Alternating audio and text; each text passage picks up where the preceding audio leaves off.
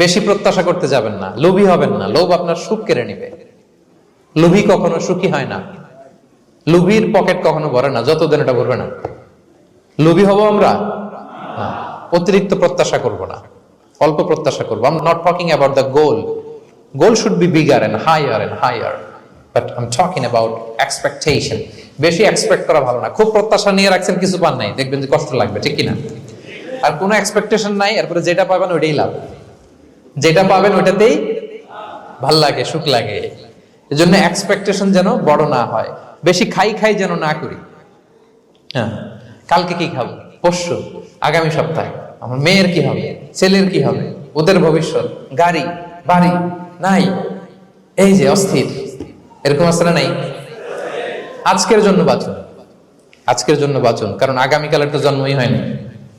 আগামীকালের জন্ম হয়েছে, এটা কি আজকে না আগামীকাল? আজকে তো আজকে হ্যাপি হন, আজকের জন্য বাঁচেন, আজকের জন্য প্ল্যান করেন। আগামীকালের তো জন্মই হয় নাই। কালকে সকালে সানরাইজের পরেই না আগামীকালের জন্ম গ্রহণ হবে, ঠিক কিনা বলেন? তাহলে প্রত্যাশা কমান, হ্যাপি হবেন আপনি। ইমাম গাজালি রাহিমাহুল্লাহ একটা চমৎকার কথা বলতেন। উনি বলতেন, তোমার রিজিকে যা আছে এটা দুই পাহাড়ের মাঝখানে থাকলেও এটা তুমি পাবা, আর যেটা তোমার রিজিকে নাই